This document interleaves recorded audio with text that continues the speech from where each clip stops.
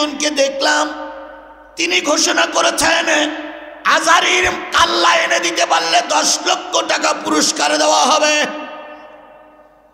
তাহলে বোঝা গেল সেই আবু জেহেল বা উত্তরসূরিরা আজও বাংলাদেশে আছে। কি জানো, মিজানুর রহমান হাশিমি না, না না না, সাদিকুর রহমান হাশিমি বলে একজন পীরপন্থী লোক, তিনি ঘোষণা করেছেন মিজানুর রহমান আজহারীকে জীবিত অথবা মৃত অথবা কাল্লা এনে দিতে পারলে অথবা 3 খণ্ড করে এনে দিতে পারলে 10 লক্ষ টাকা পুরস্কার ঘোষণা করেছেন তিনি।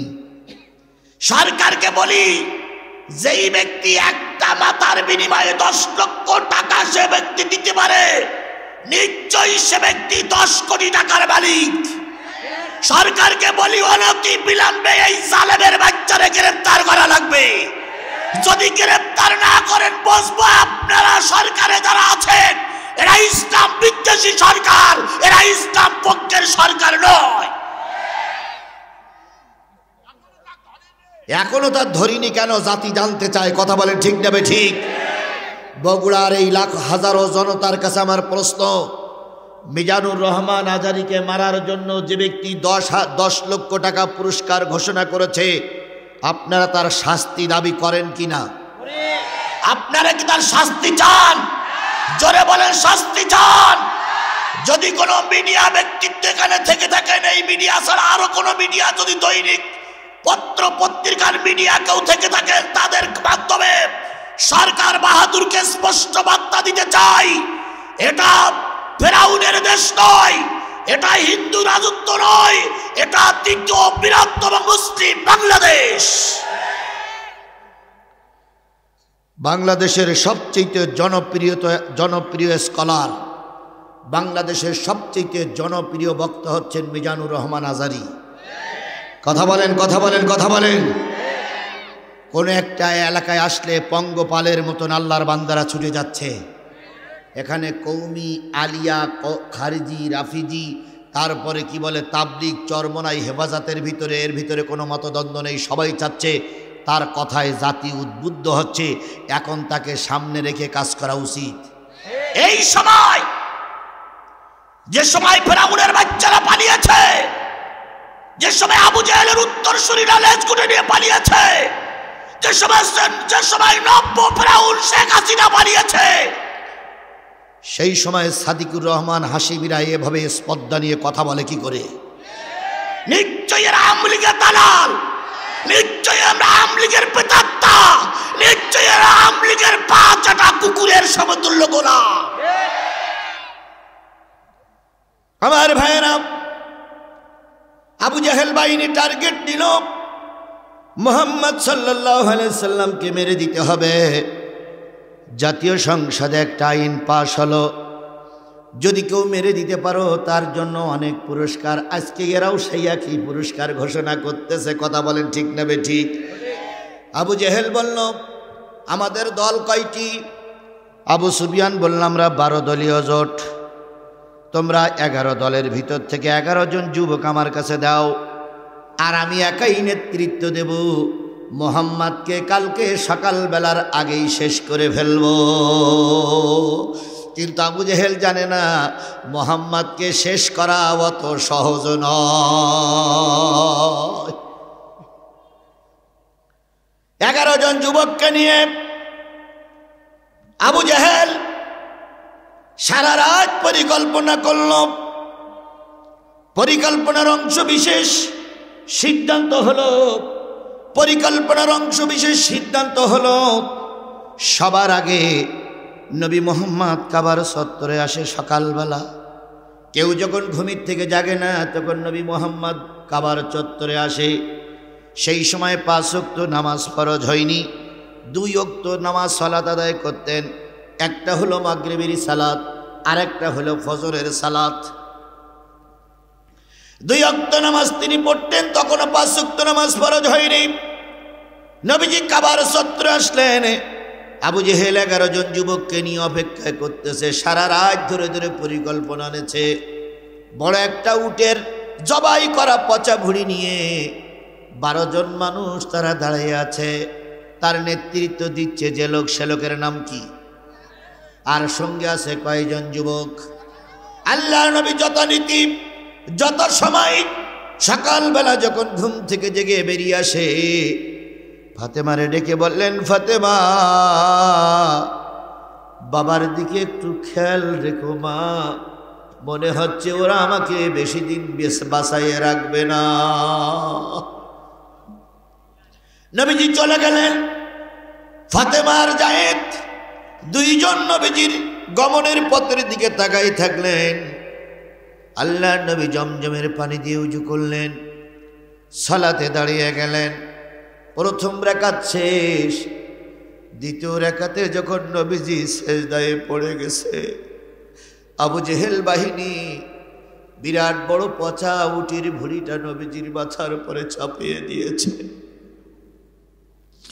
আল্লাহর নবী যেন মাথা উঁচু করতে না পারে, অবস্থায় যেন মৃত্যু হয়ে যায়।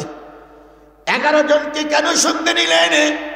আবু জেহেল বলল, 12 দলীয় সংসদ চলে, যদি সবাই মিলে অংশগ্রহণ করে মারি, একটা দলের পরে কোনো আক্রমণ হবে না, তাই সবাই মিলে নবীকে মারবে।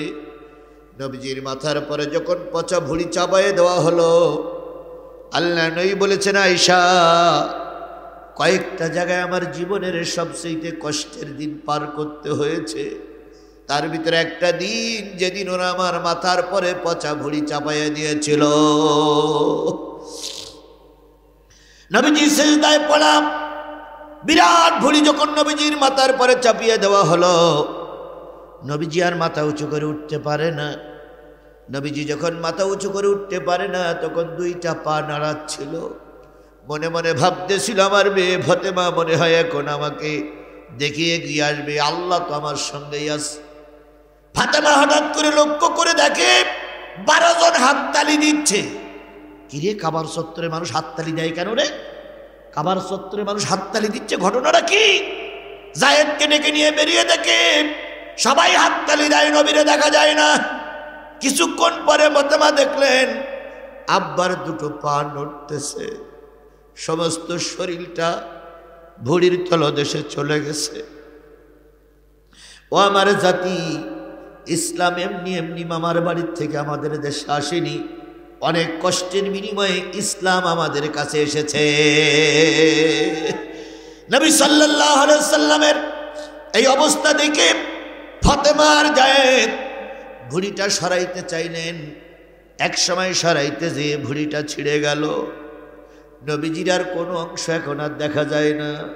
পচা কবরের ভিতরে, পচা ভুঁড়ির ভিতরে নবীজির 3.5 হাত বডি সম্পূর্ণ ঢেকে গেছে।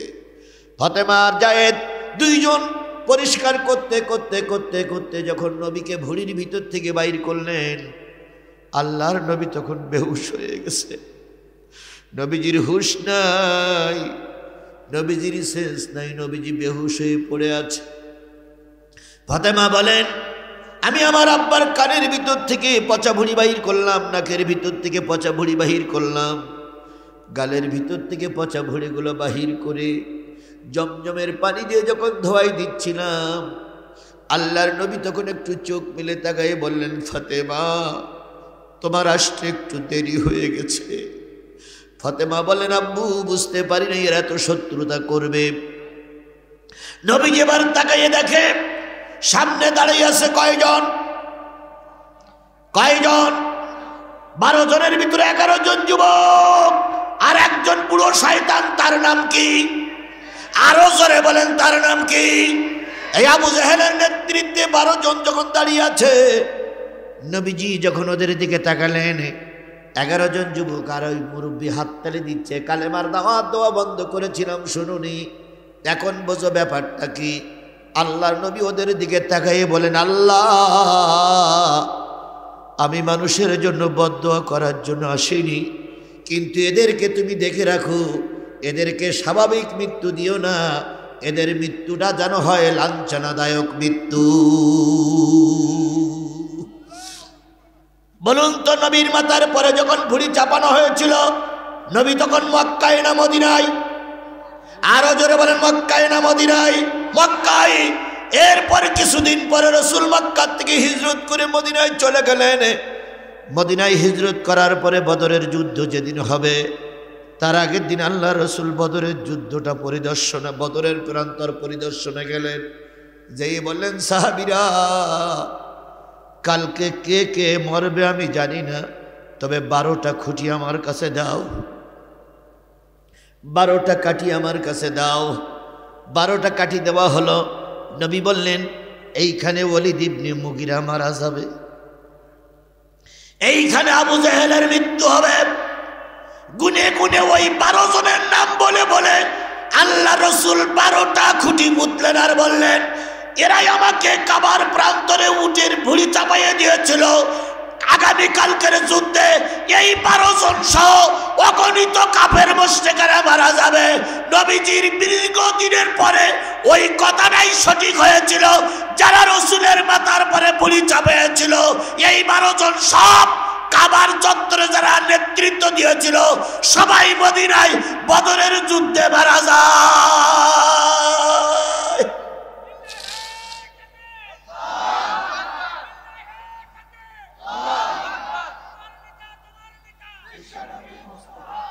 আমার ভাইরা, তাহলে রসুলের মাথার পরে ভুঁড়ি চাপাইছিল যে কাফেররা, তাদের মর্মান্তিক মৃত্যু হয়েছে না হয়নি? তাহলে রসুলের মাথার পরে ভুঁড়ি চাপাই দেওয়ার পরেও কি রসুল কালেমার দাওয়াত বন্ধ করে দিয়েছিলেন? ও আমার জাতি, বন্ধ করে দিয়েছিলেন। বরং রসুলের সেই ধর্ম একদিন গোটা পৃথিবীতে প্রশস্ততা লাভ করলো। যারা রসুলকে অপমান করতে চেয়েছিল তারা সমাজ থেকে বিলুপ্ত হয়ে গেল। আজকে আমরা সেই রসুলের উপরে নাজিল হয়েছে কি? আরো জোরে বলেন, সেই রসুলের উপরে নাজিল হয়েছে কি? এবার বলুন তো, সেই রসুল এর উপরে কোরআন নাজিল করেছেন কে? যেটা নাজিল করলেন সেইটার নাম কি? কোরআন। তাহলে রসুলের পরে কোরআন নাজিল হলো, আল্লাহ নাজিল করলেন। এই জন্য নবীর নামে দুরূদ আর সালাম দিয়ে শুরু করছি, সাল্লাল্লাহু আলাইহি ওয়াসাল্লাম। বন্ধুগণ, এই বিশাল জনগণ এসেছেন কি শোনার জন্য? আরো জোরে বলেন। আমি সূরা হামিম আস-সিজদার 2টা আয়াত তেলাওয়াত করেছি। তেলাওয়াতকৃত আয়াত 2টির পরে কথা বলবো সংক্ষিপ্ত পরিসরে। যতক্ষণ আমি শেষ না করি ততক্ষণ কি আপনারা থাকতে রাজি আছেন? কারা কারা রাজি আছেন? একটু 2 হাত উঁচু করে আল্লাহরে দেখান। জোরে একটা তাকবীর হবে, নারায়ে তাকবীর। আরো জোরে, নারায়ে তাকবীর। আল কোরআনের আলো, তোমার নেতা আমার নেতা, দুনিয়ার মুসলিম, লিল্লাহে তাকবীর। হাত নামান। আল্লাহ আপনাকে আমাকে আজকের এই কোরআনের মাহফিলে কবুল করুক। সকলে মিলে বলুন আমিন। বন্ধুগণ, কোরআনের মাহফিলগুলো সাধারণত যখন হয় তখন কর্তৃপক্ষ অনেক কষ্ট করে। এই মাহফিলটা করতে গিয়ে প্রায় 1 মাস কষ্ট করতেছে, মেহনত করেছে, বাড়ি বাড়ি চাঁদা কালেকশন করেছে। কিন্তু এবছর মাহফিল এত বেশি, আগের আমাদের অতিথি বলছিলেন মাহফিলের এত বেশি যে মাহফিল কর্তৃপক্ষ হিমশিম খেয়ে যাচ্ছে খরচের টাকাটা ম্যানেজ করতে। যুবকেরাও তাই। যুবকেরা বারবার বলতেছে, হুজুর এবছর মাহফিল করে মনে হয় ঋণ হয়ে যেতে হবে। এই কোরআনের মাহফিল করে যদি যুবকেরা ঋণগ্রস্ত হয়, এটা কি ভালো লক্ষণ না খারাপ লক্ষণ? এটা মুসলিম দেশ, মুসলমান দেশে যুবকেরা কোরআনের মাহফিল দিকে ঋণী থাকবে, এটা আমরা মেনে নিতে পারি না। আপনারা কি মেনে নিতে পারেন? জোরে বলেন, মেনে নিতে পারেন?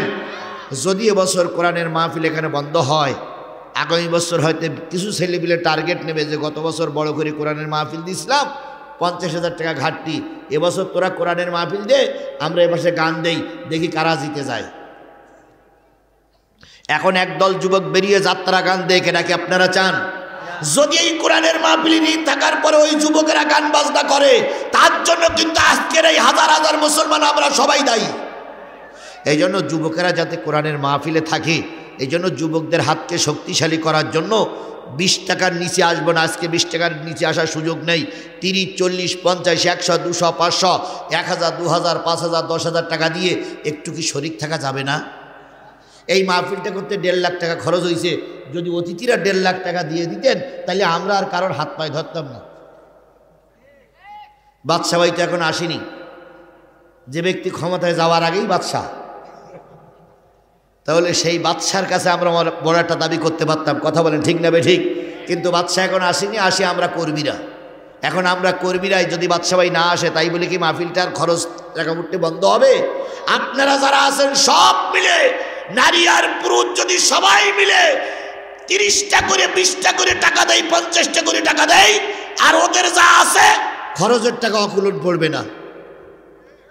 আচ্ছা, কারা কারা দিতে রাজি আছেন একটু হাত তোলেন তো, যে কারা কারা দিতে রাজি যে হুজুর আমি যুবকদের হাতকে শক্তিশালী করার জন্য, কোরআনের মাহফিল টিকাই রাখার জন্য, মসজিদের উদ্বৃত্ত টাকাটা মসজিদে যাবে, এই জন্য এদের হাতে কিছু টাকা দেবো, কারা কারা রাজি আছেন? দেখেন অনেকেই হাত তুলিনি। দেখেন, আপনি খেয়াল করেন, আপনার পাশে খেয়াল করেন কারা কারা হাত তুলিনি। আপনি তো দেখতেছেন, আমি না দেখলে আপনি তো পাশে দেখতেছেন।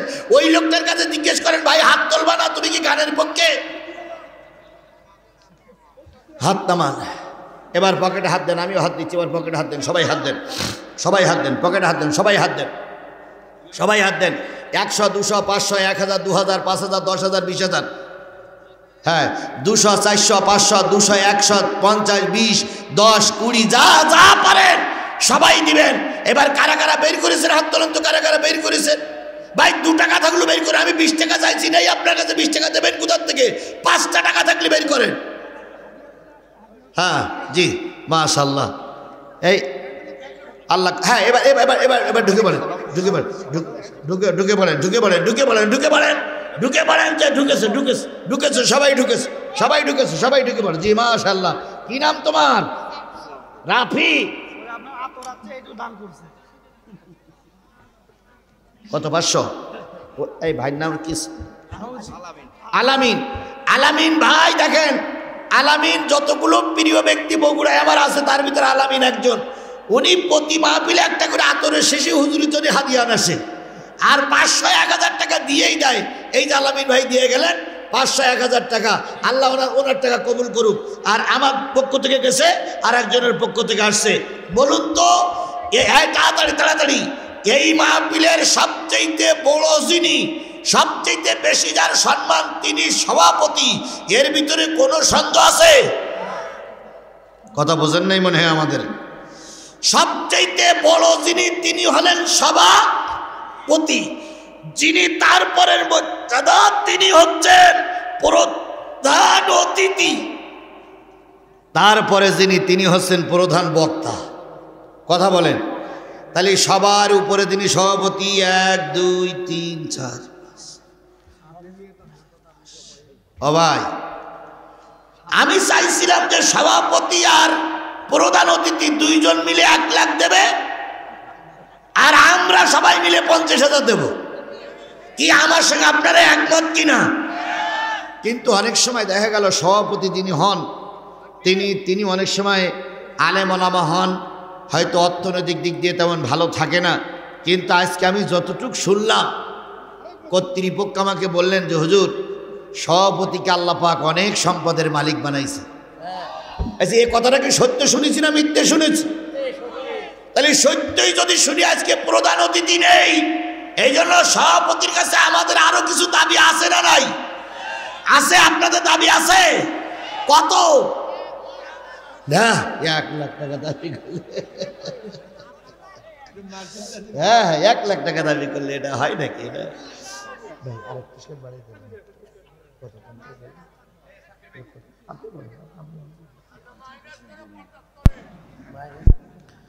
শোনে, ভাইজান আমাকে বলছে যে যা দিছে ওতে আর একটু বাড়াই দেবে, তবে আমরা সেটা খুব বেশি তারপরে জুলুম করব না। তিনি একজন আলেম মানুষ, জুলুম করব না। উনি 5000 দিয়েছেন, আর 10,000 টাকা ওনার কাছে দাবি করলাম। জি, মাদ্রাসার পরিচালক, জি মাদ্রাসার পরিচালক। আল্লাহ ওনার সম্মান আরো বাড়াই দিক। আমার দিনী ভাই, আমার ভাই, আমার ভাই, আপনাদের ভাই না হলো আমার ভাই, আপনাদেরও ভাই, কিন্তু আমার ভাই। কারণ একজন আলেম আর একজন আলেমের মর্যাদা সম্মান যদি না বোঝে, তাহলে বাইরের মানুষ কি করে বুঝবে? এই জন্য তিনি আমার দিনী ভাই, তার কাছে দাবি করলাম। খুব বেশি নয়, উনি একটু বলেছেন, আমি একটু বলেছি, উনি আর 10,000 টাকা দেবেন। আর এখন দেশেন কত? 15,000 টাকা। জি মাশাআল্লাহ, আল্লাহ কবুল করুক। আর কেউ বড় অঙ্কের টাকা দেওয়ার মতন আর কেউ আছেন নাই? 2,000, 5,000? হ্যাঁ ভাই, আপনি তো কিছু বলেননি মনে হয়। এই না কমিশনার? কমিশনার কই? কই কমিশনার কই? আচ্ছা আচ্ছা, এনাকে চেনেন? কি কি কে বলেন তো? গোলাপ ভাই, মিলন ভাই। মিলন ভাই কত? 50 30। আচ্ছা মিলন ভাই বড় ওরা দয়া করেছে, মিলন ভাই 30। আচ্ছা মিলন ভাই বলুন। বলেন ভাই, আমার সময় খুবই কম, যেহেতু আমি চলে যাব। আচ্ছা মিলন ভাই দেবে, আল্লাহ কবুল করুক। আর এবার ব্যাগগুলো ফিরে আসুক, আল্লাহ আমাদের সবাইকে কবুল করুক। সকলে মিলে বলুন আমিন।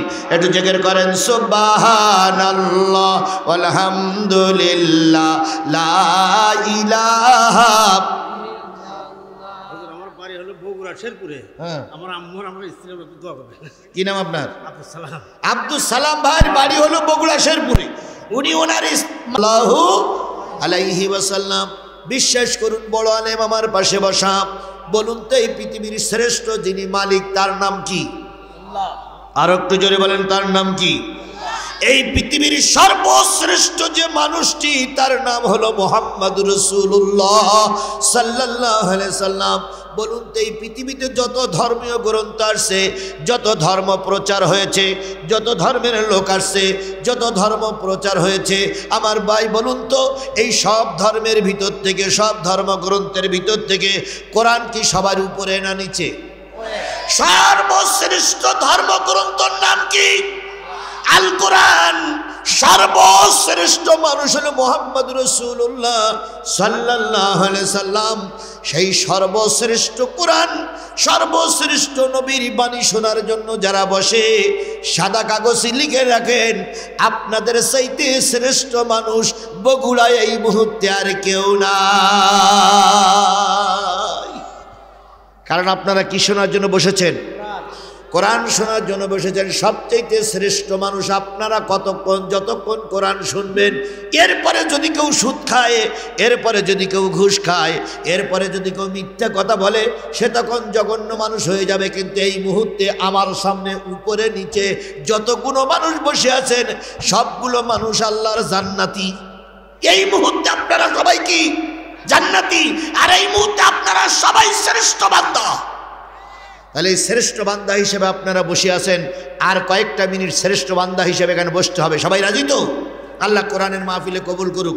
সমাধান চাও যদি জীবনে মরণে, ফিরে যাও খুঁজে নাও চোখ রাখো কোরআনে। সমাধান চাও যদি জীবনে মরণে।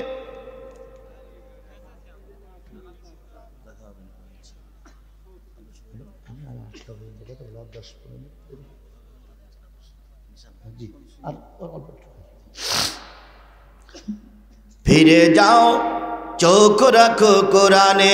লিল্লাহে তাকবীর। আর একটু জোরে বলেন লিল্লাহে তাকবীর। তাহলে আমরা বসে আছি কি শোনার জন্য? আরো জোরে বলেন কি শোনার জন্য? সেই কোরআনের মাহফিলে আমি উঠেই 2টা আয়াত তেলাওয়াত করেছিলাম সূরা হামিম আস-সাজদা থেকে।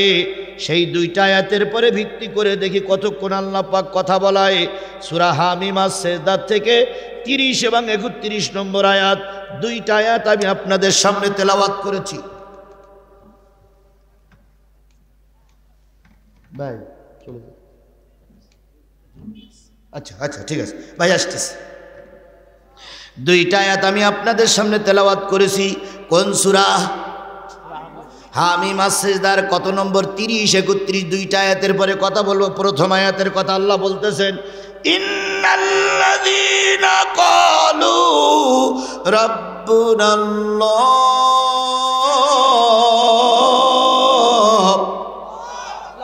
নিশ্চয়ই যারা বলে আমার রবের নাম হলো আল্লাহ। বলুন তো আপনার আমার রবের নাম কি? আরো জোরে বলেন, আরো জোরে বলেন। তোমার আমার রব কে? তাহলে আপনার আমার রব আল্লাহ বলাটা খুবই সহজ, কিন্তু সুম্মাস্তাকামু এই কথার পরে টিকে থাকাটা বড় কঠিন। কথা বলেন।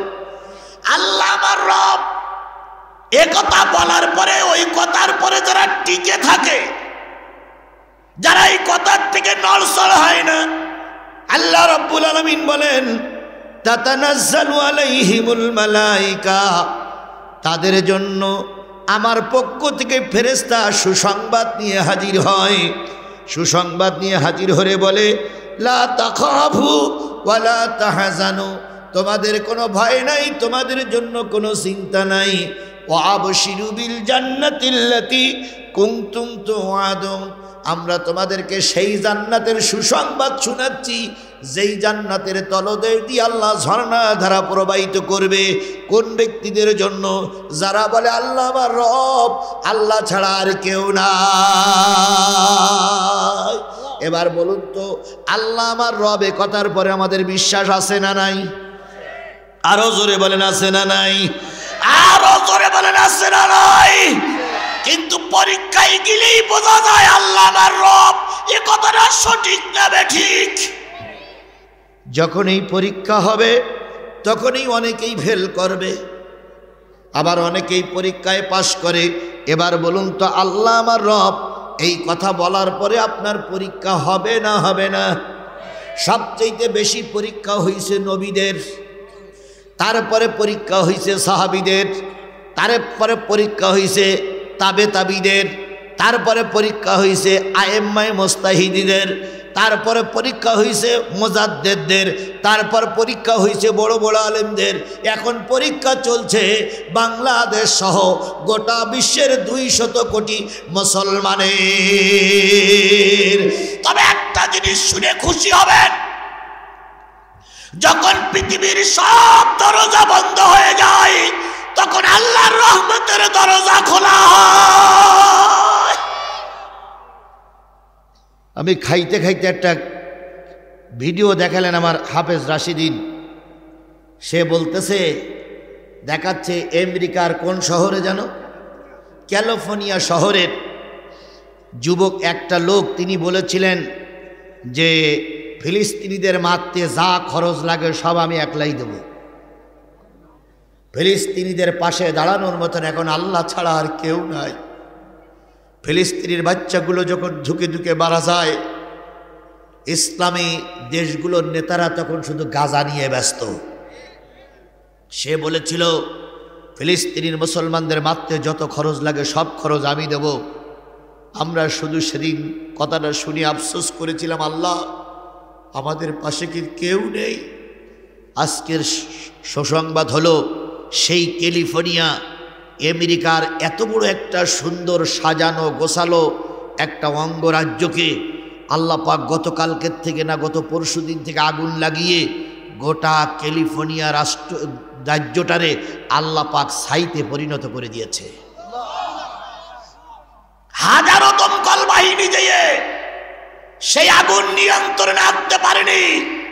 আমরা ওই আমেরিকার ক্যালিফোর্নিয়ার লোকদের উদ্দেশ্যে স্পষ্ট বার্তা, তোমরা মুসলমানদের মারার জন্য পরিকল্পনা নিয়ে রাস্তায় নামনি, তোমরা আল্লাহর কোরআনকে ধ্বংস করার পরিকল্পনা নিয়ে রাস্তায় নেমেছ। আর আল্লাহর কোরআনে যারা হাত দেয় তারা ভালো হাত নিয়ে ফিরে যেতে পারে না। আল্লাহর কোরআনে যারা হস্তক্ষেপ করে তারা কখনো সুস্থ অবস্থায় ফিরে যেতে পারে না। তার জ্বলন্ত প্রমাণ আমেরিকার এই ক্যালিফোর্নিয়া। কথা বলেন, কথা বলেন, কথা বলেন। এরকম অনেক দৃষ্টান্ত পৃথিবীতে আছে, কিন্তু এই জাতের কপাল পড়া এরা বোঝে না। এবার আসুন, ইন্নাল্লাযীনা ক্বালু রাব্বুনাল্লাহ, এই কথা বলার পরে আপনার পরীক্ষা আসবে না আসবে না? সেই পরীক্ষাটা কি দিয়ে হবে সেটাও কিসের থেকে নেব? আল্লাহ বলতেছেন, ওয়ালা নাবলুওয়ান্নাকুম বিশাইইম মিনাল খাউফি ওয়াল জূ' ওয়া নাকসিম মিনাল আমওয়ালি ওয়াল আনফুসি ওয়াস সামারাত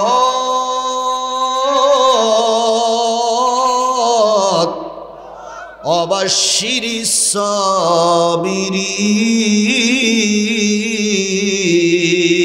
সাবিরিন। বান্দা শোনো, যখনই বলবে আল্লাহ আমার রব, এই কথার পরে যখন ইস্তেকামাত থাকবে তখন তোমার পরীক্ষা শুরু হবে। সেই পরীক্ষা হবে, তোমাকে অবশ্যই বিভিন্ন ভয় ভীতি দেখানো হবে, জেলখানার ভয় দেখানো হবে, মামলার ভয় দেখানো হবে, হামলার ভয় দেখানো হবে, ক্রস ফায়ারের ভয় দেখানো হবে, দেশ থেকে বের করার ভয় দেখানো হবে। এই ভয়ের পরেও যদি টিকে থাকতে পারো, আমি আল্লাহ তোমাদের সাথেই আছি। ভয় দেখানো হয়েছিল না হয়নি? শুধু ভয় দেখানো হয়নি, শুধু নয়, ভয়টা কাজে লাগানো হয়েছে। প্রথম শেখ হাসিনা আমাদের ভয় দেখালো, তারপরে 14 দল ভয় দেখালো। ভয়ের পরেই যখন ইসলামী আন্দোলন, বাংলাদেশ জামাত ইসলামী, বিএনপির লোকজন যখন টিকে থাকলো, তখন তাদেরকে মিথ্যা মামলায় জড়িয়ে তাদেরকে ফাঁসির কাস্টে ঝুলানো হলো। কথা বলেন, কথা বলেন, কথা বলেন। বিশ্বাস করুন, বাংলাদেশ জামাত ইসলামের শীর্ষ নেতৃবৃন্দকে ফাঁসি দেওয়া হয়েছে যে অপরাধে আল্লাহর কসম কোরআন শরীফ দিয়ে শপথ করতে পারি, এই অপরাধের সঙ্গে কোন জামাতের নেতা জড়িত ছিল না।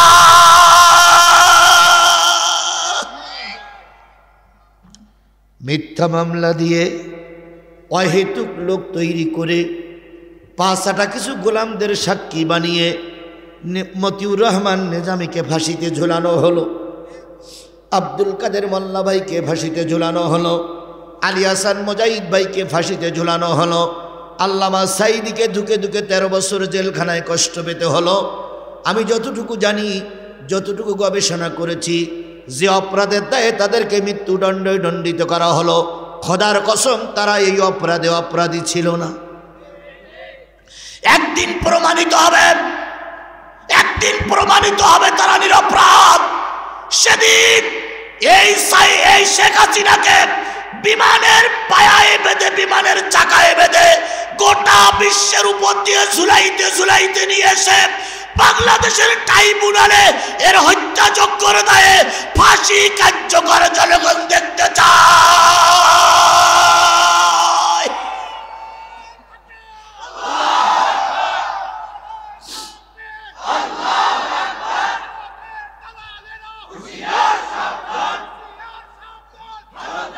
আমার ভাইরা, বাংলাদেশের মুসলমানরা সব বিদায় হয়ে যায়নি। কথা বলেন, কথা বলেন। আমরা ছিলাম, আমরাই আছি, আমরাই থাকবো। যারা মিথ্যার বেশাতি নিয়ে ময়দানে নেমেছিলেন, কুকুরের মতো লেজ গুটিয়ে নিয়ে পালিয়ে চলে গেছো, এখনো যারা ওদের পক্ষে দালালি করছো, তোমাদেরকেও জুতা পিটা করে দেশ থেকে বের করে দেবে জনগণ।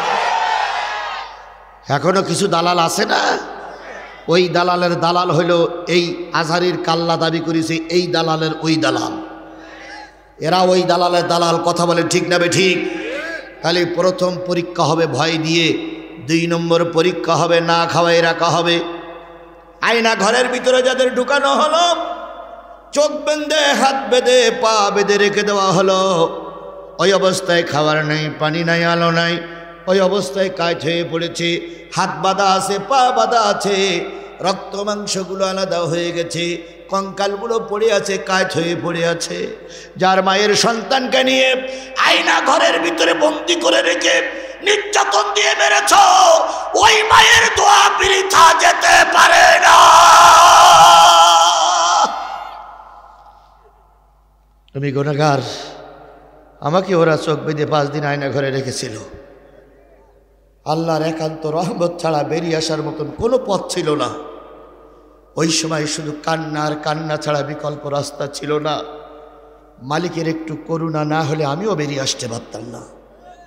অনেকেই বেরিয়ে আসতে পেরেছে, আর অনেকে বেরিয়ে আসতে পারিনি, ওখানেই কঙ্কাল হয়েছে। কথা বলেন ঠিক না বে ঠিক?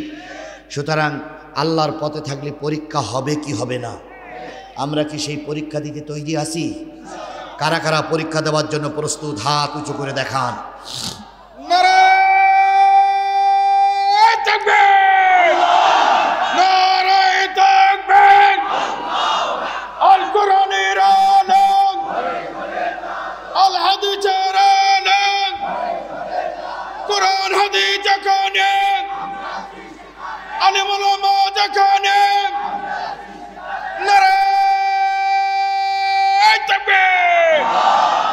সেই পরীক্ষার রেজাল্ট আনার জন্য আগামীতে সবাই প্রস্তুতি নিতে হবে। কথা বলেন ঠিক না বে ঠিক?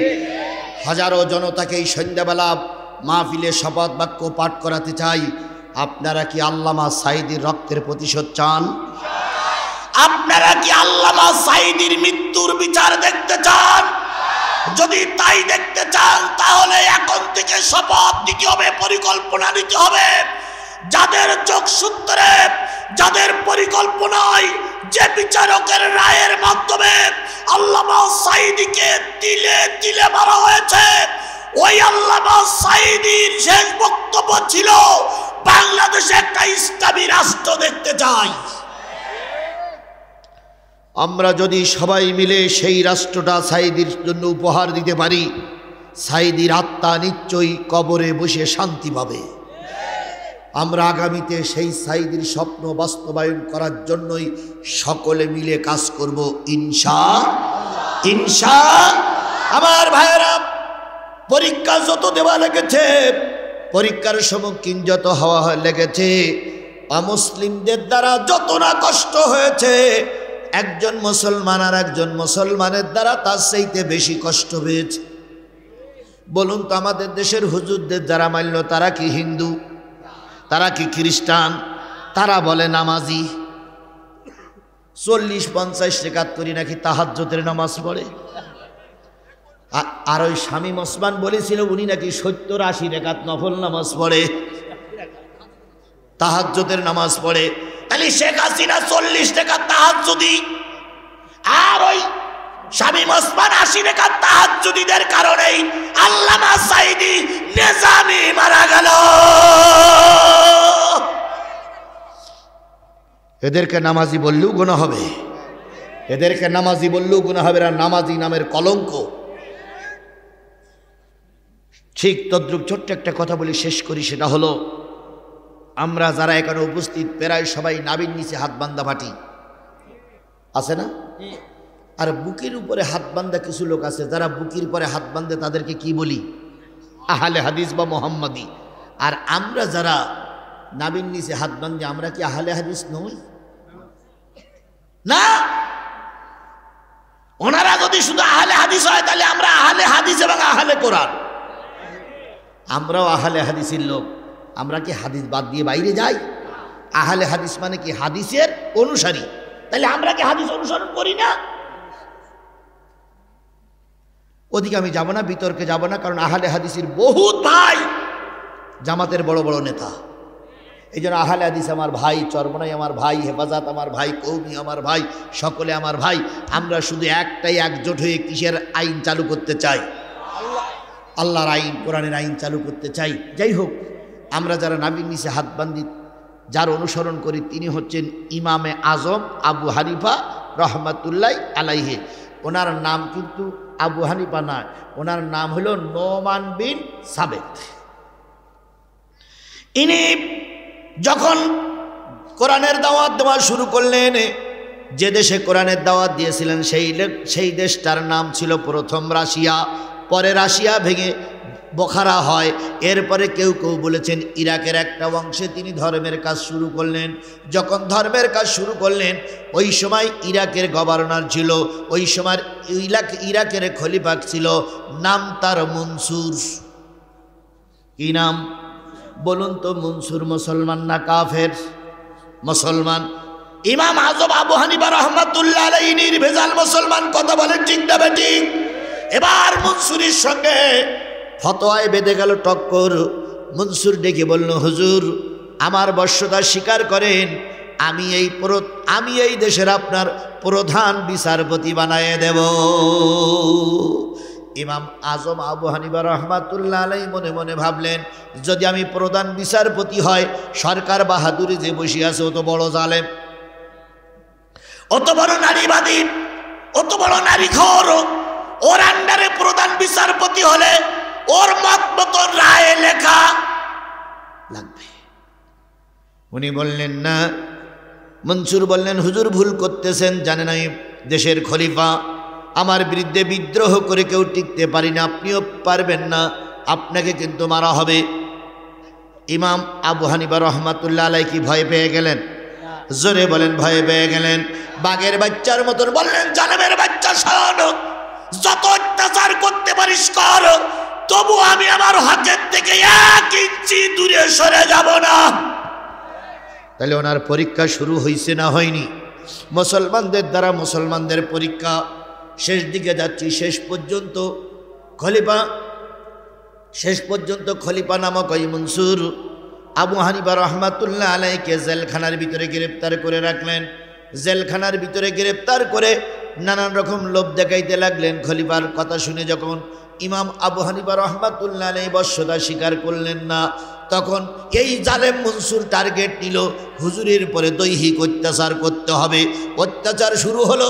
জল্লাদকে বলে দেওয়া হলো দৈনিক 70টা পিটান দেওয়া সন্ধ্যাবেলা, আর সকালবেলা দেওয়া 70টা পিটান। তাহলে রাত দিন 24 ঘন্টার ভিতরে শরীরের ভিতরে কয়টা চাবুক পড়তে শুরু করলো? 140টা চাবুক খেতে খেতে ইমাম সাহেবের পিঠি ঘা হয়ে গেছে। শুধু ঘা হয় নাই, ঘায়ের ভিতরে পোকা ধরেছে। ওই অবস্থায় ইমাম হুজুর আবু হানিফা রহমাতুল্লাহ আলাইহি ভুট হয়ে শুয়ে থাকেন। কায়ত হয়ে শুইতে পারেন না, বামে শুতে পারেন না, চিত হয়ে শুতে পারেন না, ভুট হয়ে শুয়ে থাকেন। এক পর্যায়ে যখন সারা রাত ধরে ধরে রক্ত বাহির হয়ে যন্ত্রণা করে, তিনি আল্লাহ আল্লাহ জিকির করেন। ওর ভিতরে যত কয়েদি ছিল তারাও আল্লাহ আল্লাহ জিকির করে। এক পর্যায়ে সংবাদ গেল, হুজুর এইভাবে যদি চলতে থাকে জেলখানায় জিকিরের মহড়া চলতেছে, আপনি আসুন। এবার মনসুর নিজেই যাবেন। গোটা দেশে সংবাদ প্রচার হয়ে গেল। হুজুরের সঙ্গে বোঝাপড়া করার জন্য খলিফা মনসুর নিজেই যাবেন। এই খলিফা মনসুর জেলখানায় যাবেন, এই সংবাদ তার বুড়ি মা ইমাম আজম আবু হানিফার মায়ের কানে পৌঁছায় গেল। মা চিন্তা করলো ছেলে হয়তো আজকে খলিফার কাছে মাথা নত করবে। বুড়ি মা 90 বছরের বুড়ি, হাতে 2খানা লাঠি নিয়ে জেলখানার জানালার কাছে এসে দাঁড়িয়ে আছে। কখন খলিফা মনসুর ভিতরে ঢুকবে আর আমার সন্তানের পরে কত অত্যাচার করে আমি নিজের চোখে দেখব। হঠাৎ করে খলিফা মনসুর তার দলবল নিয়ে ভিতরে ঢুকলেন। ঢুকে ইমাম সাহেবকে ডেকে ইমাম সাহেবের পিঠের দাগগুলো দেখলেন। এরপরে রক্তের জায়গায় একটু হাত বুলাই দিয়ে বললেন, হুজুর আপনি আমার সমাজের বড় মাতা, আপনার চাইতে বড় আর কেউ নেই হুজুর হিসাবে। সুতরাং আপনি আমার বশ্যতা যদি একটু স্বীকার করতেন, আমার কথাটা যদি মেনে চলতেন, আমি দেশের প্রধান বিচারপতি বানায় দিতাম। এমত অবস্থায় পিছন দিক থেকে জান্নাত থেকে মা ডেকে বলতেছে, ও ইমাম আবু হানিফা শোন, আমি তোর বুড়ি মা জানালায় দাঁড়িয়ে আছি। ইমাম আজম আবু হানিফা মায়ের দিকে তাকাই বলতে, আম্মু তুমি এই বয়সে জেলখানার এই জানালায় কেন? কয় আমি এসেছি মনসুরির কথায় তুই যদি বশ্যতা স্বীকার করিস, আমি তোর শেষ সবক দিতে এসেছি। তোকে আমি পেটে 10 মাস 10 দিন ধারণ করেছিলাম। তুই যদি এখন মনসুরির গোলাম হয়ে যাস বাবা, আমি তোর 90 বছরের মা বলে গেলাম, কিয়ামতের দিন আমি তোর সন্তান বলে পরিচয় দিব না। যেমন মা তেমন ছা। ইমাম আজম বললেন, মা দীর্ঘদিন পরীক্ষা চলতেছে, তুমি দোয়া করো তোমার সন্তান যেন পরীক্ষায় অটুট থাকতে পারে। এবার খলিফা মনসুর বললেন, হুজুর যে যাই বলুক আপনি বশ্যতা স্বীকার করেন, যত টাকা লাগে, যত গাড়ি লাগে, যত বাড়ি লাগে করে দেব। খলিফা মনসুরির কথা শুনে ইমাম সাহেব স্পষ্ট করে বললেন, ও খলিফা, টাকা দিয়ে অন্য আলেমদের কেনা যায়, টাকা দিয়ে ইমাম আজম আবু হানিফাকে কেনা যায় না। ও হাসিনা, টাকা দিয়ে অন্য হুজুরদের কেনা যায়, টাকা দিয়ে আল্লামা সাঈদীর কেনা যায় না। টাকার কাছে বাংলাদেশের কিছু হুজুর বিক্রি হয়নি? এই জোরে বলেন, বিক্রি হয়নি? শেখ হাসিনা পালাইছে, ও হুজুরও পালাইছে। বাইতুল মোকাররমের খতিব পালাইনি, এরা ছিল ওই হুজুরদের কেনা গোলাম, ওই শেখ হাসিনার কেনা গোলাম। কথা বলেন ঠিক না বেঠিক? শোনা যায় বগুড়ার থেকে কিছু কিছু লোক যারা শেখ হাসিনার পক্ষে দালালি করত, হুজুর নামের কলঙ্ক, তারাও এখন আত্মগোপনে আছে। তাদেরকেও আমরা চিনে রাখবো। কথা বলেন, কথা বলেন, কথা বলেন। শেষ পর্যন্ত ইমামে আজম আবু হানিফা রহমাতুল্লাহ আলাইকে মেরে দেওয়া হলো বিষ প্রয়োগ করে। আল্লামা সাঈদীর মারা হয়েছিল কি প্রয়োগ করে? বিষ প্রয়োগ করে। পদ্ধতি ছিল 2টা। আল্লামা সাঈদীর ইঞ্জেকশন দিয়ে মারা হলো, আর সেই সময় ইমামে আজম আবু হানিফা রহমাতুল্লাহ আলাইকে মারা হয়েছিল খাদ্যের ভিতরে বিষ দিয়ে। ওনার জেলখানায় বন্দি, জেল পুলিশিরা রাত্রে খাদ্য নিয়ে গেল, আল্লাহর ওলিরা ইশারায় অনেক কিছু বোঝে। আল্লাহর ওলিরা বুঝেছিলেন যে এই খাদ্যের ভিতরে বিষ মিশানো আছে। ইমাম আজম আবু হানিফা বললেন, ভাই আজকের খাদ্য নিয়ে যায়, আমার পেটে ক্ষুধা নেই। জেলখানার পুলিশেরা বলল, কোনো কথা হবে না, উপরে নির্দেশ, খাদ্য তোমাকে খেতেই হবে। শেষ পর্যন্ত হাত ধরে পা চেপে রেখে আবু হানিফার গালের ভিতরে জোর করে খাদ্যগুলো দিলেন। দিয়ে ওরা যখন চলে গেলেন, ইমাম সাহেব বুঝলেন এই খাদ্য আমার জীবনের শেষ খাদ্য। উনি উজুখানায় গেলেন, পাক পবিত্র হলেন, এরপরে সালাতে দাঁড়িয়ে গেলেন। সালাতে দাঁড়ানোর পর যখন বিষের যন্ত্রণা ভিতরে শুরু হয়েছে, উনি বুঝলেন এই বিষে আমার মৃত্যু হবে।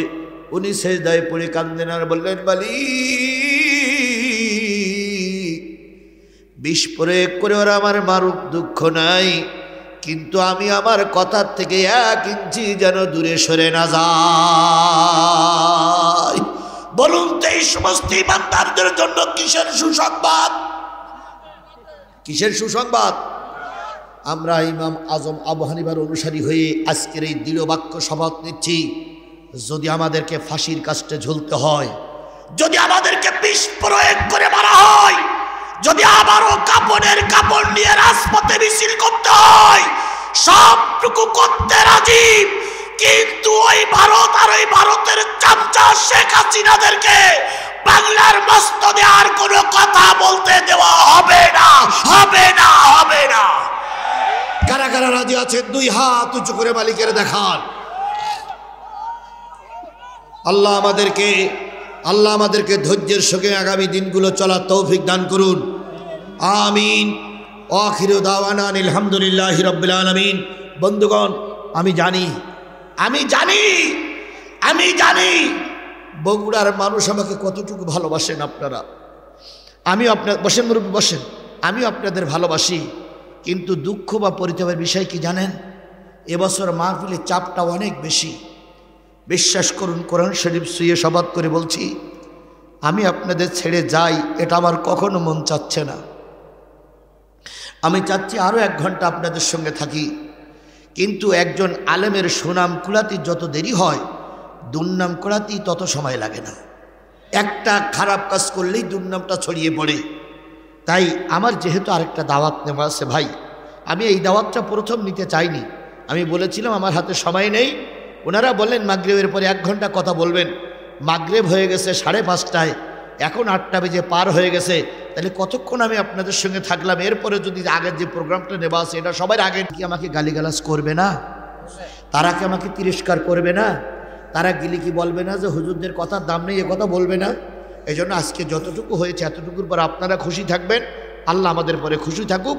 আবারও কোনো দিন দেখা হবে।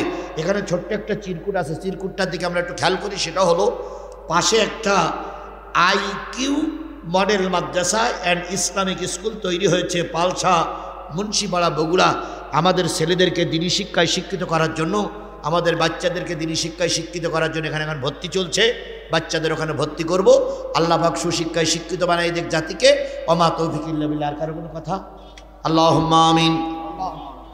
ربنا ظلمنا أنفسنا وإن لم تغفر لنا وترحمنا لنكونن من الخاسرين ربنا إننا آمنا فاغفر لنا ذنوبنا وقنا عذاب النار رب ارحمهما كما ربياني صغيرا وقل رب ارحمهما كما ربياني صغيرا মহিয়ান গরিয়ান সর্বশক্তিমান আল্লাহ, মাগরিবের সালাতের পর থেকে শুরু করে দেখতে দেখতে কখন জানি 8টা পার হয়ে গেছে।